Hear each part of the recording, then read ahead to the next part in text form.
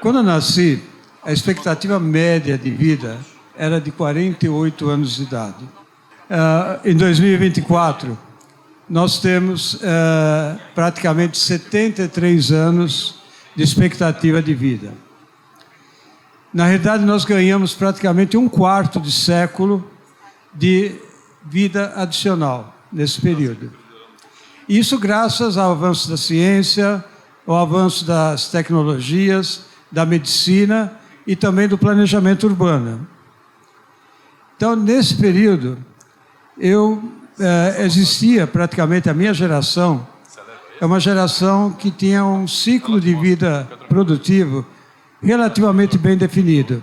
Como é que funcionava? Nós nos formávamos no ensino médio, escolhíamos uma carreira, entrávamos na faculdade dessa carreira, nos formávamos aproximadamente com 22, 23 anos de idade e entrávamos no mercado de trabalho. Ficávamos trabalhando em torno de 30, 35 anos e quando chegava nos 60, 65 anos, a gente se aposentava. Esse era mais ou menos, aposentava, vivia mais 5, 10 anos e era o ciclo normal que, de alguma forma, prevalece até hoje, embora a gente tenha ganho muito com o aumento da expectativa de vida. Mas eu quero compartilhar com vocês um pouco a minha experiência pessoal. Como é que foi esse ciclo comigo? Eu nasci na Itália, em 1948, praticamente no pós-guerra, e nessa época a Itália, como a maioria dos países europeus, tinha a economia completamente arrasada, e meus pais fizeram a trajetória de muitos imigrantes. Eles vieram para o Brasil, vieram para a América, né? E tentar uma vida nova, tentar aquilo que eles não tinham condições de fazer na terra de origem. Meu pai veio em 1950 para arrumar um emprego, e em 1952, eu, com 4 anos de idade, vim junto com a minha mãe. E nós viemos naqueles famosos navios de imigrantes, terceira classe, e onde tinha muita gente dentro do navio. E o que aconteceu? Eu peguei uma pneumonia durante a viagem. E por conta disso nós fomos para a enfermaria do navio.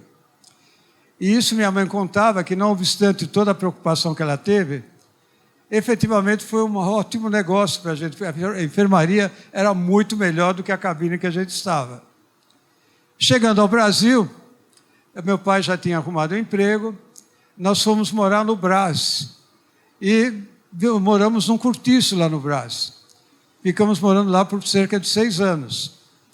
A lembrança que eu tenho desse período era de uma situação, nós tínhamos um cubículo, praticamente lá no cortiço, dormíamos num colchão no chão, e tinha uma lâmpada pendurada num fio. E toda noite aparecia um ratinho que descia naquela lâmpada. E aquilo me dava um medo terrível. E era uma das lembranças que eu nunca esqueço. Mas, felizmente, depois de 6 anos, meu pai conseguiu comprar a casa própria. E, quando eu estava mais ou menos com 11, 12 anos de idade, eu cismei que eu queria trabalhar, fazer alguma coisa. Contra a vontade do meu pai, porque meu pai temia que a gente não estudasse. A gente tinha que estudar. Mas eu continuei estudando e, com 16 anos, eu consegui meu primeiro emprego com carteira registrada, numa metalúrgica. Quando eu concluí o ensino médio, eu tinha que fazer a escolha da carreira. E a minha vontade era fazer psicologia. Só que, na época, não existiam cursos de psicologia à noite. Todos eram diurnos. E eu não tinha como parar de trabalhar, porque a minha renda já contribuía em casa. Aí eu fiquei procurando alguma coisa, o que eu faria como alternativa. E aí um amigo meu tinha ido trabalhar com computador. E computador, naquela época, para mim, era coisa de ficção científica. Mas falavam que era o trabalho do futuro. E eu fui procurar, acabei descobrindo fazer um curso de programação de computador num fabricante da época e me formei programador de computador. aqueles programadores que faziam em cartão perfurado, era como a gente programava, computador praticamente ocupava uma sala inteira dessa. E, com isso, eu perdi a inscrição no vestibular normal, porque os vestibulares, na época, eram anuais. E, se você não fizesse naquele período, você perdia. Bom, aquele ano foi um ano perdido sobre isso, mas foi um ano que eu consegui iniciar minha carreira. E foi muito bom. Com cerca de 22 anos de idade, eu casei, constituí família, aí fui fazer meu curso superior, me formei em economia, e fiquei praticamente 28 anos trabalhando na mesma empresa. Em 1996, justamente no ano que, se fosse mantida a expectativa média de vida quando eu nasci, eu deveria morrer. Eu ia completar 47, 48 anos de idade. Felizmente, não aconteceu isso. E nessa data, a empresa que eu trabalhava resolveu fazer um programa de incentivo à aposentadoria. E aquilo só tinha vantagens financeiras, era uma excelente oferta. Acreditem se quiserem, eu entrei em pânico, literalmente. Para mim, aquilo, primeiro que não era esperado. Eu não tinha um plano B, eu não sabia o que fazer depois que eu me aposentasse. Eu tinha 47 para 48 anos de idade. E mais do que isso, a imagem, o preconceito que eu tinha em relação à situação do aposentado era aquela ideia da pessoa que ia vestir o pijama, assistir a sessão da tarde e morrer alguns anos depois. E isso não era nem a morte que me assustava tanto. O que me assustava, efetivamente, era eu perder a possibilidade de estar fazendo alguma coisa que fizesse sentido, que de alguma forma eu fosse útil. Então aquilo foi realmente um período bastante difícil, mas eu fui tomar a decisão de aderir ao programa no último dia do ano de 96, que era quando eu podia optar. Aí aceitei, tomei a decisão e entrei num período sabático. Praticamente sabático foram 3 meses. E durante esse período, eu vivenciei algumas situações extremamente, até engraçadas, né? Primeiro porque eu estava procurando alguma coisa e o pessoal me perguntava, qual é a tua profissão? Eu tinha vergonha de falar que era aposentado. Profissão e tal. Anos depois, inclusive, quando eu já estava com 60 anos, aconteceu também uma imagem muito interessante. Nessa época já tinham implantado o Estatuto da Pessoa Idosa e criado as filas preferenciais. Eu nunca entrava na fila preferencial, eu tinha vergonha de entrar. Mas um dia eu estava na fila do banco junto com a minha esposa, e aí a mocinha que estava orientando as filas chegou, senhor, o senhor pode ir na outra fila, o senhor vai ser atendido mais rápido. E eu, constrangido, fui. E não falou nada para minha esposa. Minha esposa é um ano mais velha do que eu, ficou rindo de mim. Mas tudo bem. Bom, passado esse período de 3 meses, eu tive uma retomada. Um amigo me convidou para que eu fosse dar consultoria no banco que ele trabalhava. E aí eu iniciei uma nova etapa na minha jornada. Comecei a fazer a parte de consultoria. Em 1999, a internet estava no auge aqui no Brasil e eu vi as primeiras lojas de comércio eletrônico. Quando eu vi aquilo, eu percebi que tinha uma oportunidade de mercado. Porque quando eu era diretor de marketing da empresa, eu tinha dificuldade em fazer campanhas de incentivo, fidelização de clientes, porque não tinha nada disso automatizado, digitalizado. E eu criei, foi uma startup na época, eu criei uma solução para gerenciamento de campanhas de incentivo conectado com as lojas de comércio eletrônico. Foi pioneira no Brasil. E com isso eu fiquei 11 anos com essa empresa.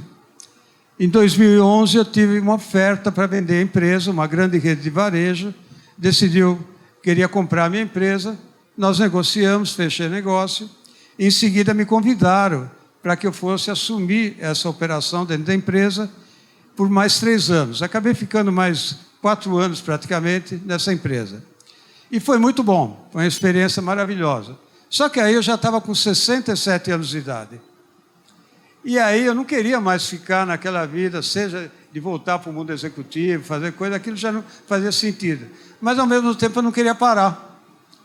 E aí eu fiquei pensando, puxa vida, com 50 anos de experiência profissional, o que eu posso fazer que, de alguma forma, me mantenha ativo e eu possa, de alguma maneira, usar toda essa experiência para poder ajudar quem está fazendo uma carreira, quem está no mundo executivo, quem está trabalhando, com a experiência que eu tive. E aí eu fui fazer um curso de coaching, comecei fazendo coaching inicialmente. Alguns anos depois, eu iniciei um trabalho de mentoria junto ao ecossistema de inovação, empreendedorismo, junto a startups. E, ao mesmo tempo, eu também participei da cofundação de um instituto de fomento ao empreendedorismo e inovação na minha cidade, que é Vinhedo. Posso garantir para vocês que isso foi realmente um período muito interessante na minha vida. Eu me sentia muito bem fazendo aquilo. Eu queria compartilhar um caso que aconteceu nessa época. Em 2016, eu vi que na Unicamp tinha um programa de incentivo às pessoas 50 a mais. Um programa de, como é que se diz, de oficinas para pessoas 50 a mais. E eu fiquei pensando, puxa vida, eu poderia montar uma oficina, porque provavelmente essas pessoas estão passando por situações que eu passei quando eu me aposentei. E talvez seria interessante oferecer. E aí fui lá, montei, lancei a oficina, tinha várias turmas. E numa das turmas, eu sempre na primeira aula eu perguntava para as pessoas, o que vocês querem fazer nesse novo período da vida de vocês? E cada um tinha uma ideia. Um queria organizar a coleção de bottoms que ele fez a vida inteira e nunca teve tempo de organizar. Ótimo. Outro queria viajar. Outro queria voltar a trabalhar, porque ele se sentia ativo, podia voltar a trabalhar. Outros queriam voltar a trabalhar, porque precisavam completar a renda, que a pensão não era suficiente. Então, tinha de tudo. Aí chegou uma senhora que estava lá, de 75 anos de idade, chamada Odete. Eu perguntei para ela, e você, Odete, o que você quer fazer? A Odete virou para mim e falou, professor, eu adoro pets. Eu gostaria de ter um hotelzinho para cachorro e gato. Esse é meu sonho. E aí, como eu tinha conversado com eles na aula um pouco sobre propósitos de vida, para ter realmente algo útil naquele momento de vida, eu falei, olha, a minha sugestão é que vocês, durante essa semana, até a próxima aula, pensem no projeto que vocês querem fazer e verifiquem se ele é compatível com o propósito de vida de vocês. Porque senão, no primeiro obstáculo, vocês vão desistir. E aí passou, voltou, na outra aula chegou, comecei a perguntar para cada um, e aí, você fez tal? Quando chegou na Odete, eu falei, e aí, Odete, você fez? Ela falou, sim, só que é o seguinte, eu desisti do meu projeto. Mas desistiu por quê? Eu desisti porque eu fiz uma pesquisa. E nessa pesquisa eu constatei que quem leva cachorro e gato nesses hotelzinhos reclama pra caramba. E nessa altura da minha vida, eu não tenho, ela falou outra expressão, não tenho paciência de aguentar reclamações. Eu falei, ótimo, Odete, o que você vai fazer? Essa imagem que vocês estão vendo é o que a Odete foi fazer. Ela falou, olha, eu tenho uma amiga que faz boneca de pano e leva para o orfanato no final do ano e eu vou fazer isso. Ótimo, faça isso. No final do ano, a Odete mandou as fotos com a imagem. Infelizmente, essas não são as fotos originais, porque eu não consegui recuperá-las. Mas, realmente, ela estava muito feliz na hora que fazendo aquilo que ela encontrou para fazer. Então, o que eu quero com essa história dizer é o seguinte, cada um de nós chega de uma maneira única nesse estágio da vida, por conta de uma série de variáveis, por questões genéticas que podem ajudar ou não o processo de envelhecimento, por questões financeiras, por experiência de vidas que ele passou, mas cada um chega de uma maneira única. E aí, cabe realmente a cada um de nós, nesse momento, pensar o que faz sentido para a gente. Não tem uma regra, faça isso ou faça aquilo. Faça aquilo que faz sentido. Se você tem algo que tem sentido para você, usa as tuas competências, as tuas habilidades que você tem, com certeza você vai se sentir muito bem. Isso vai te dar um prazer muito grande estar fazendo, seja o que for. Agora, se você usar essas mesmas competências e essas mesmas habilidades para também contribuir com a sociedade, ajudar outras pessoas, eu garanto para vocês o prazer é muito maior. A satisfação que vocês vão sentir é muito maior. Quando a gente fala do futuro da humanidade, da longevidade, eu não tenho dúvida que esse tempo vai continuar crescendo. Hoje já falam que as pessoas vão viver, quem está nascendo hoje vai viver mais de 100 anos. E isso é ok, isso é ótimo que isso esteja acontecendo. Agora, nós temos que entender que é o seguinte, nós temos uma realidade no Brasil, onde praticamente nós temos 30 milhões de pessoas hoje, com idade acima de 60 anos, que estão nessa faixa de idade. E a gente sabe que a grande maioria dessas pessoas, elas se aposentaram talvez com salário mínimo.